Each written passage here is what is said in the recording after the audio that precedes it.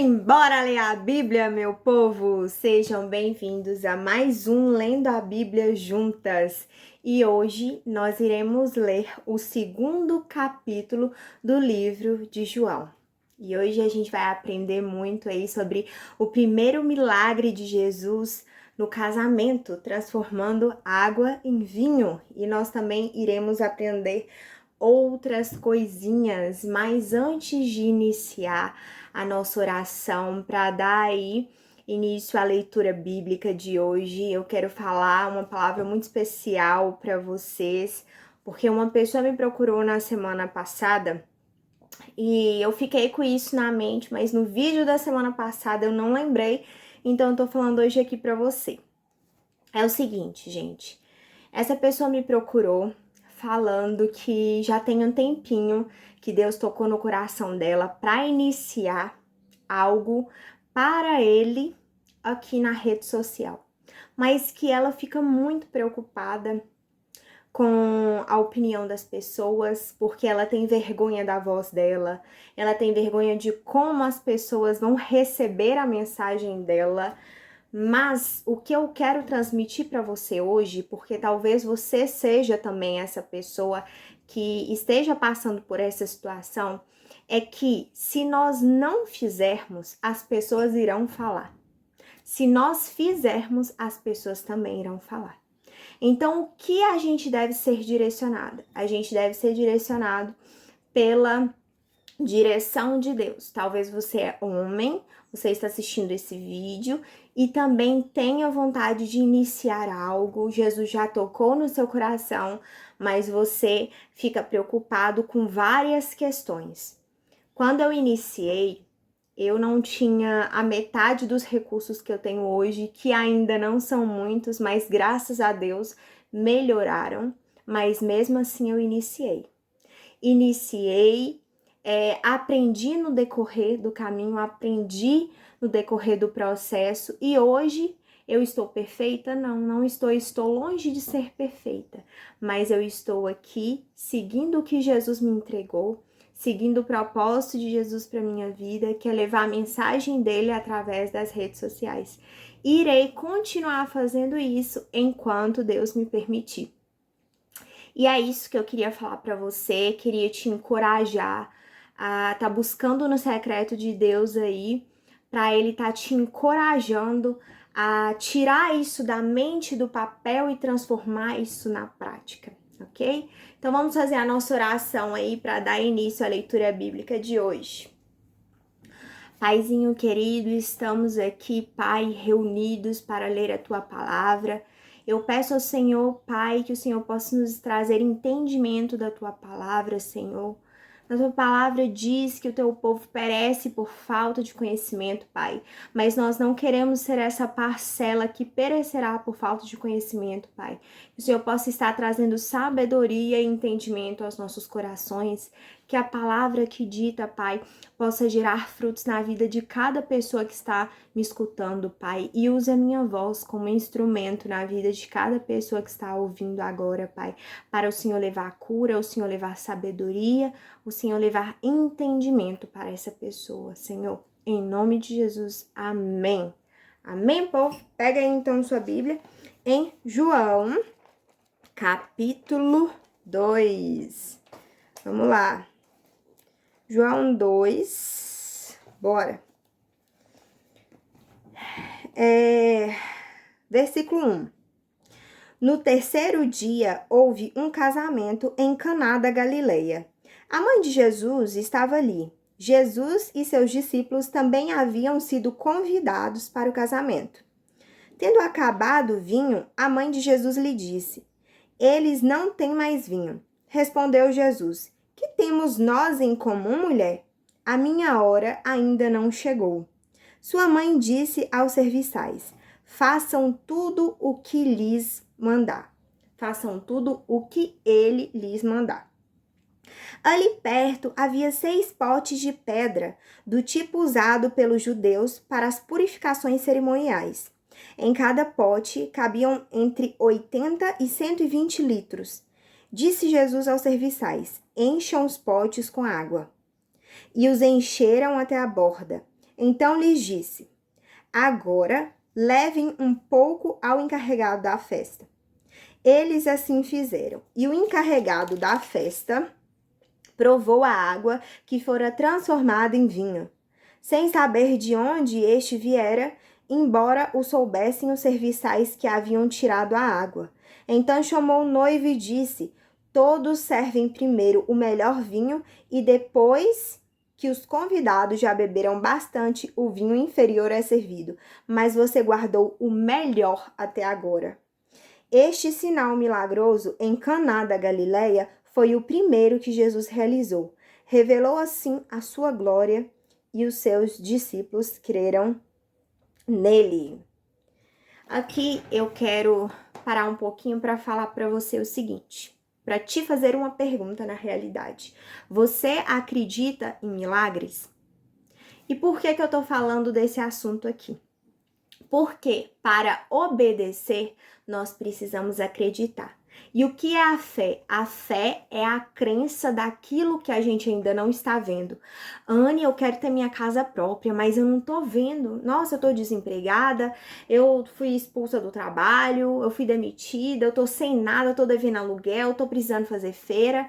A fé é a crença das coisas que nós não vemos.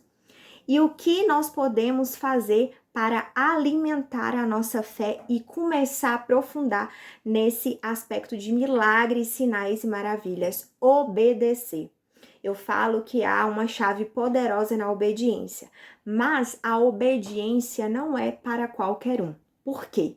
Porque a obediência é renúncia da nossa vontade, é renúncia da nossa carne, é fazer aquilo que nós não queremos fazer, é fazer primeiro a vontade de Deus e depois a nossa vontade.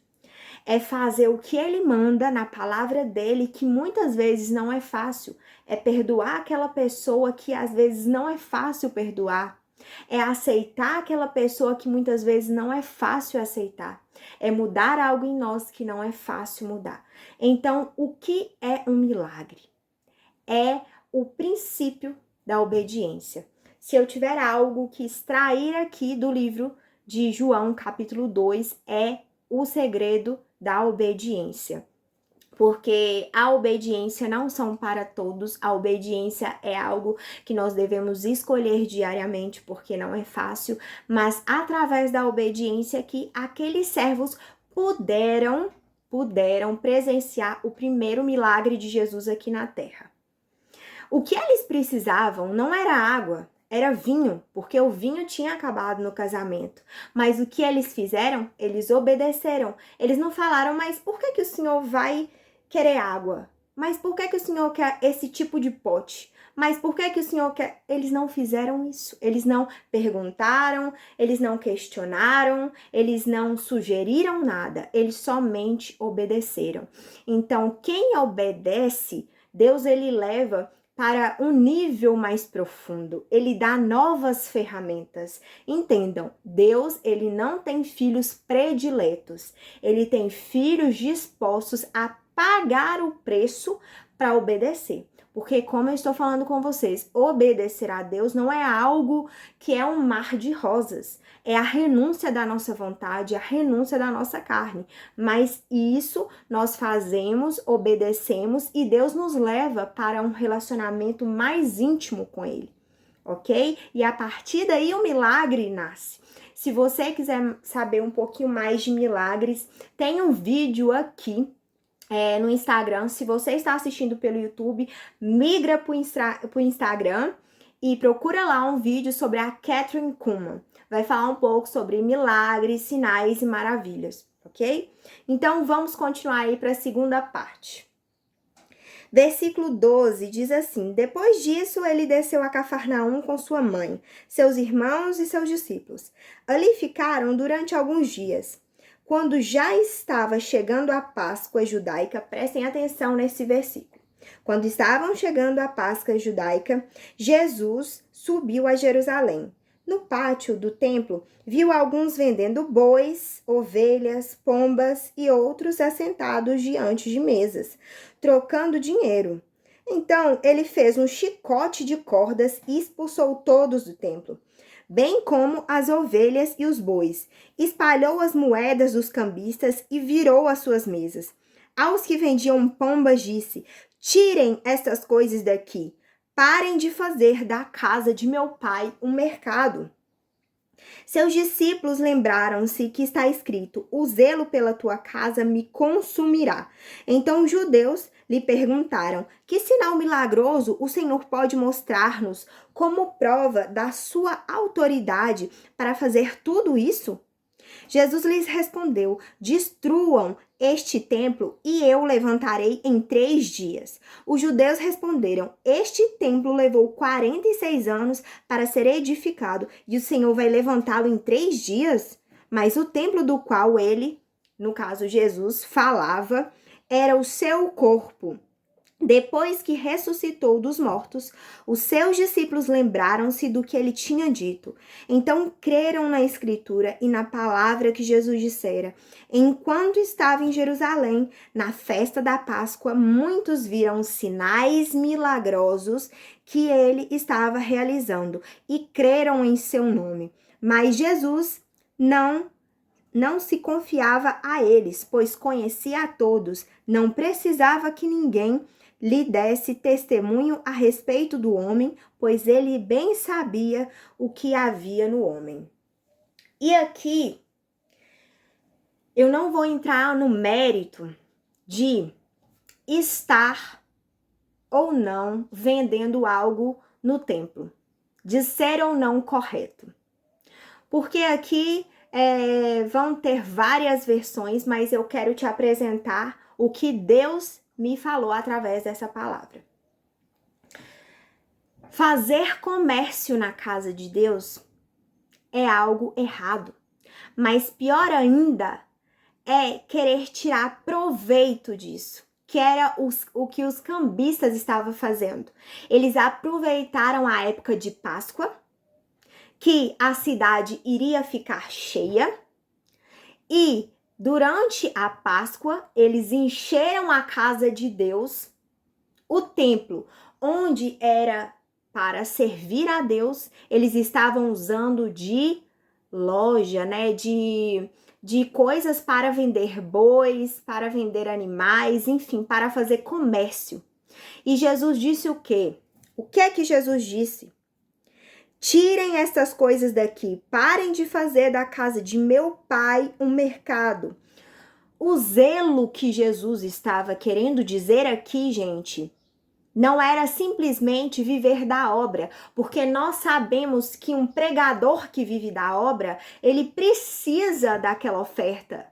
Ele precisa, por exemplo, nós vemos vários projetos, várias áreas de uma igreja que arrecadam dinheiro para ajudar outras pessoas, tudo bem, mas o que Jesus quis dizer aqui são pessoas que, a Bíblia fala o seguinte, que tem 2 deuses, ou você ama um e odeia o outro, que no caso é Deus ou é Mamon. Mamon é o Deus do dinheiro. Então, o que essas pessoas estavam fazendo aqui é adorar o Deus do dinheiro, aproveitando da situação da Páscoa.